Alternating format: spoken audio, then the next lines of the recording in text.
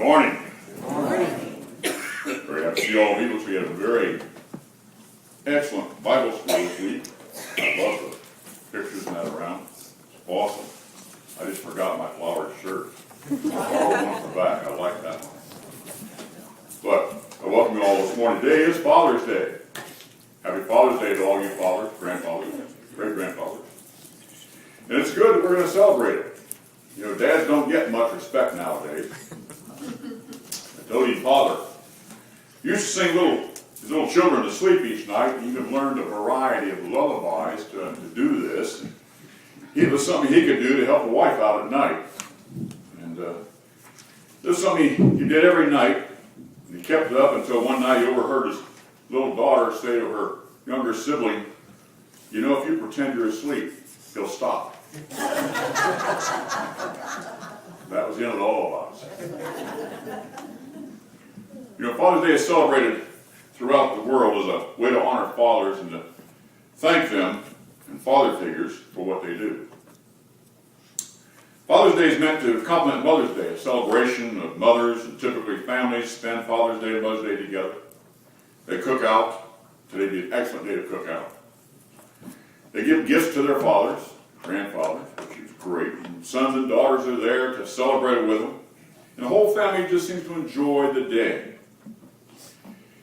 But nowadays, as much as we enjoy celebrating our dads on this special day, many of us are unaware of just how this particular celebration started, and the difficulties of its originators and what they witnessed.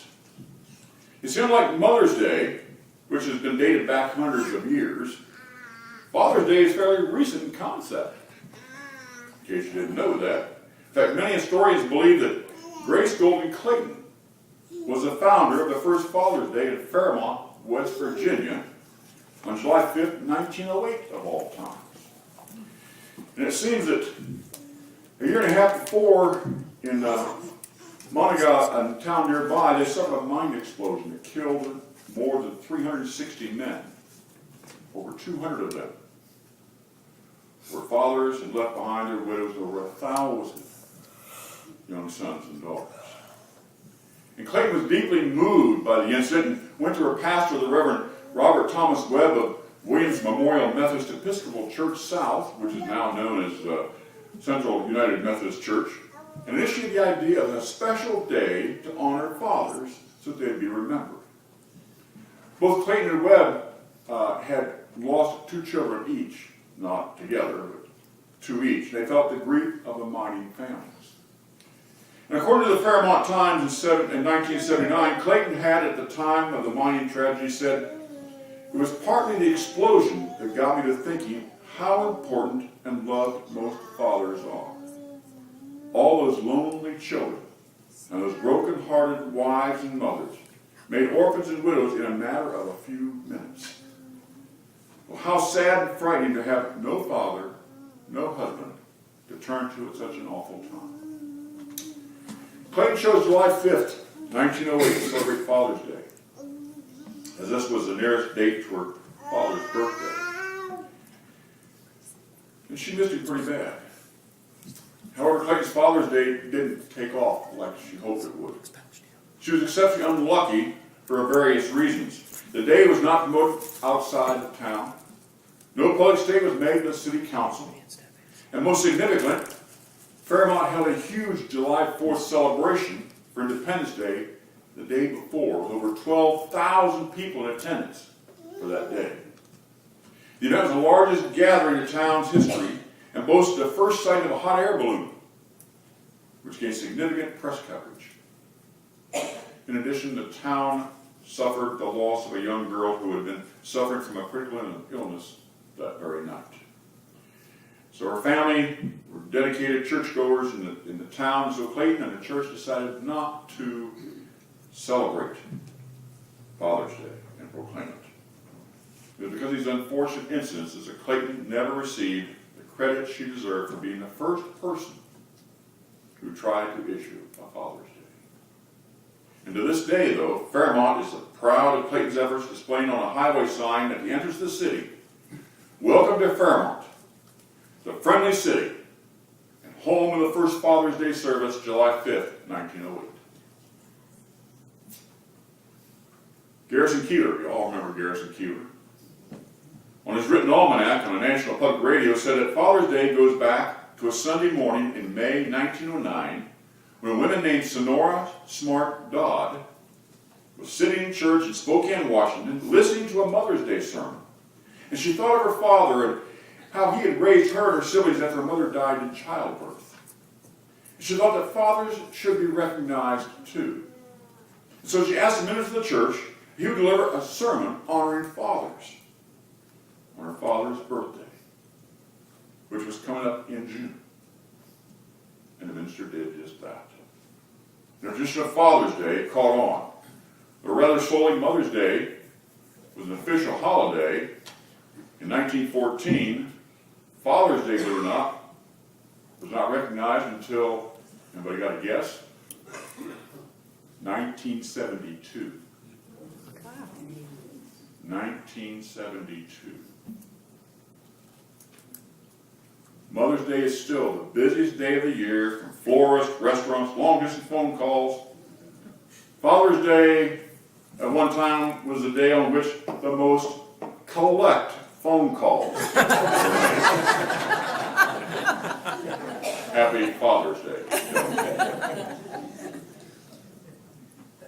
It was Strindberg who said, "That is a thankless position of a father in the family, the provider for all and the enemy for all."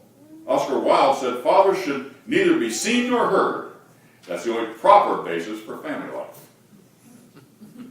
Our lesson from Mark, Jesus describing the kingdom of God. This is what the kingdom of God is like. A man scatters seed on the ground, night and day. Whether he sleeps or gets up, the seed sprouts and grows, though he does not know how. Now, Jesus is not talking about fatherhood in this passage, but isn't the very first area in which we participate in God's kingdom on earth. It is the raising of our children, raising good children. And it's like I told the children up here, it's like scattering seed on the ground.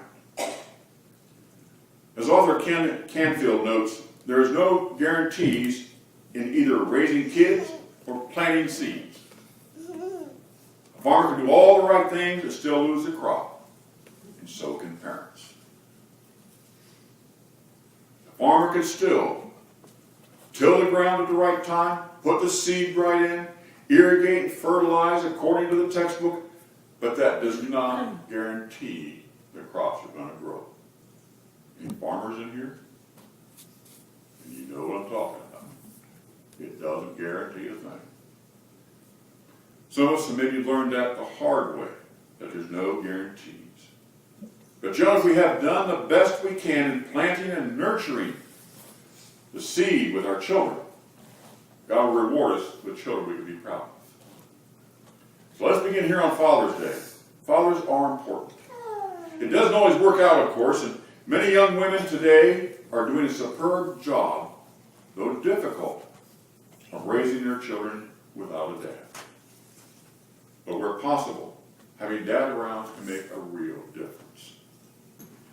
William Raspberry, who died in 1912 at the age of 76, was a syndicated writer with the Washington Post. And in his column, Crime Rates Rise from Fatherless Communities, written October 2005, he made this analogy. He says, some years ago, South Africa's game managers had to figure out what to do about the elephant herd at Kruger National Park. The herd was growing well beyond the ability of the park to sustain the animals. So they decided to transport some of them to a nearby game park. A dozen years later, several young males, now teenagers, that had been transported to this game park, began attacking the park's herd of white rhino, which was an endangered species. They used their trunks to throw sticks at the rhinos. They chased them over long hours and long distances, and even stomped to death a tenth of the herd for no discernible reason. The park manager decided that they had no choice but to kill some of the worst juvenile offenders.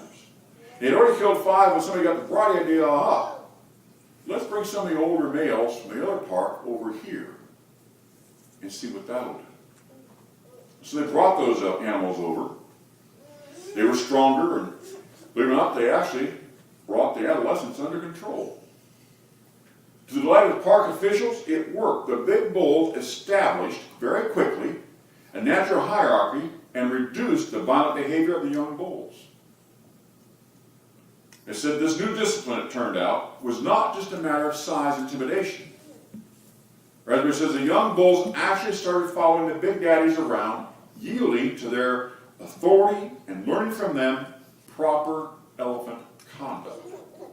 The assault on the white rhinos ended abruptly.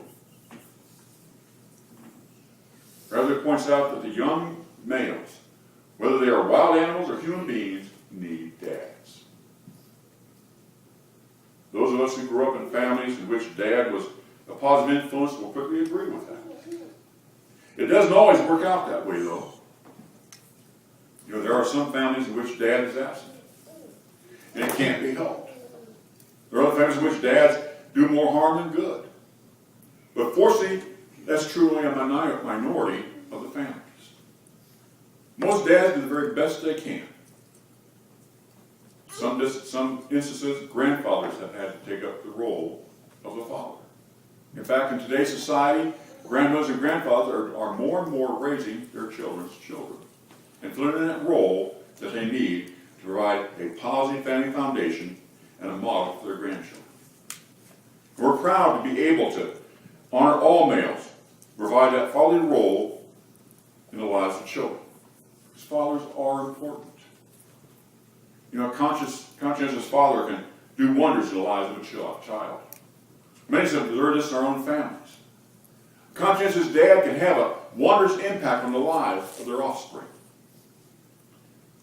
For those of you who are any football fans in here? Male or female, doesn't matter. You know, then you might remember Archie Manning. Archie Manning, 2 years back. Famous National League football quarterback, successful businessman, husband, father. In fact, he's the father of 3 sons, 2 of whom are Peyton, Eli. Now, you better know that. You know his dad, you got to know those 2. How can you forget those 2? You know, but all 3 boys are men of character. Archie claims that one of his greatest joys in life is a relationship with his sons. All the Manning boys praise their father for being actively involved in their lives. They describe him as a loving and supporting father. Archie recalls that his sons were growing up and he made sure to spend lots of time with them. And one reason Archie Manning has been so deliberate in building a relationship with his sons is because he lost that chance with his own father. A story many of you may not know. Manning was just 19 when his father committed suicide. He determined that he would never waste an opportunity to show his sons how much he loved them. And he didn't. And it inspires us when any man takes his responsibility at home seriously. We celebrate sports heroes as dads only because their example sometimes make us want to do better. As an example, in 1985, Tim Burke. How many remember Tim Burke? Yep. Saw his boyhood dream come true one day when he signed to pitch for the Montreal Expos. After 4 years in the minors, he was finally given a chance to play in the big leagues. And he quickly proved that he would be worth his salt, setting a record for the most relief appearances as a rookie player. But along the way, however, Tim and his wife Christine adopted 4 children with very special needs. 2 daughters from South Korea, a handicapped son from Guatemala, and another son from Vietnam. All of these children were born with very serious illnesses or defects, and neither Tim nor Christina were prepared for the tremendous demands that such a family would bring. It was a grueling schedule of Major League Baseball. Tim seldom was around to help his wife out. So in 1993, only 3 months after signing a $600,000 contract with Cincinnati Reds, Tim Burke decided to retire from baseball. When pressed by reporters who explained this decision, he simply said, "Baseball is going to do fine without me. But I'm the only father my children have. The only father my children have." That's how important fatherhood was to him. Of course, you don't have to be a sports hero to be a great dad. There are men all over this world who are seeking to model what it means to be a Christian dad. Maybe you know the story of a hotel manager in Rwanda named Paul Rosenbigani. In 1984, Hutu militants began a brutal assault against their Tutsi neighbors. More than 1 million people were murdered by the Hutu. In the midst of this slaughter, over 1,200 desperate people took refuge in Paul's hotel. And daily, Paul faced down armed troops who wanted to invade the hotel and kill the occupants. And Paul's courage and steadfastness protecting his refugees in his hotel was so remarkable that they made a movie. Some may have seen it, Hotel Rwanda, about the event. Paul credits two heroes with giving him the courage he needed in that critical hour. He honored his father and Nelson Mandela. His father had been well respected in the community. He was a wise man. He always told the truth. And when these men were in dispute in the community, the elders would call on Paul's dad to mediate. And he was so honest that if one party in a dispute was lying, they often confessed their lie as soon as they saw Paul's dad show up. His noble character made him influential in his community. And Nelson Mandela, former president of South Africa, inspired Paul because he used nonviolence and communication to bring about peace between his enemies. Paul claims that the examples of his father and Nelson Mandela inspired him to face murderous mobs during the Hutu massacre. You know, a great dad can have that kind of influence. Many moms are just as courageous. So sure, the conscientious father can do wonders in the lives of his children. There's no guarantees. When a conscientious man or woman plants a seed, that little seed of faith, and takes the necessary steps to nurture that seed, miracles can occur. I'm sure some of you have seen that in your own family. Of course, the love of any parent is still a pale reflection of the love of God. God is the ultimate sower of good seed in the world. We would not even know how to love if God had not first loved us. In his book, Disappointment with God, writer Philip Yancey relates a touching story from his own life. One time on a visit to his mother, who had been widowed years earlier, in the month of Philip's first birthday, they spent the afternoon together looking through a box of old photos. A certain picture of him and his 8-month-old baby picture caught his eye.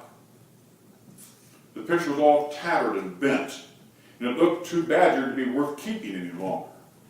So he asked his mom why this was kept when there were so many other better pictures of him at the same age. And Yancey writes, "My mother explained to me that she kept the photo as a memento because during my father's illness, it had been fastened to his iron lung." During the last 4 months of his life, Yancey's father lay on his back, completely paralyzed with polio at the age of 24, encased from neck down in a huge cylindrical breathing unit. With his 2 young sons banned from the hospital due to the severity of his illness, he had asked his wife for pictures of her and their 2 boys. Because he was unable to move even his head, the photos had to be jammed between metal knobs so they hung within view above him. And the only thing he could see. The last 4 months of his life were spent looking at the faces he loved.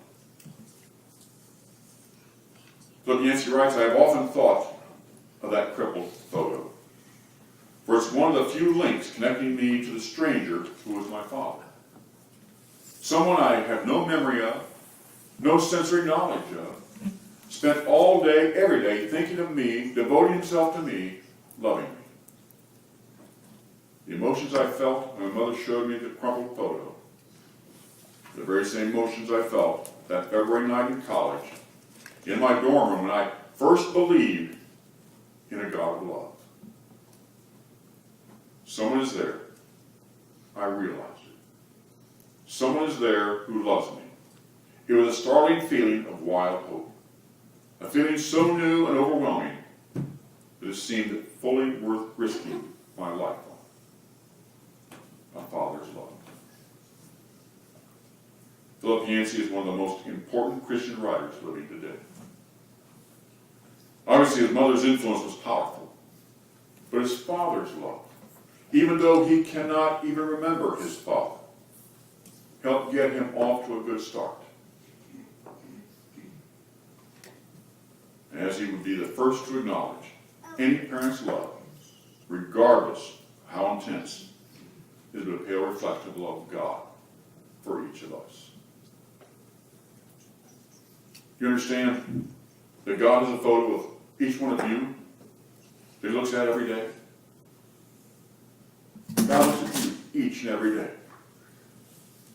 That's how Max Lucado once phrased it. God's a photo of each one of you on his refrigerator that he looks at each day. How many of you have pictures of your grandkids or kids on your refrigerator? How many of you see the refrigerator for the pictures? Fathers like mothers are important. A conscientious father can help make an amazing impact on his children. But no matter how much our dad loves us, or our moms, there's someone who loves us much, much more. Someone who gave his only begotten Son in our behalf. That's how much he loves us. So let's honor our fathers and our grandfathers this day. Let's praise our Heavenly Father, who is the source of all life.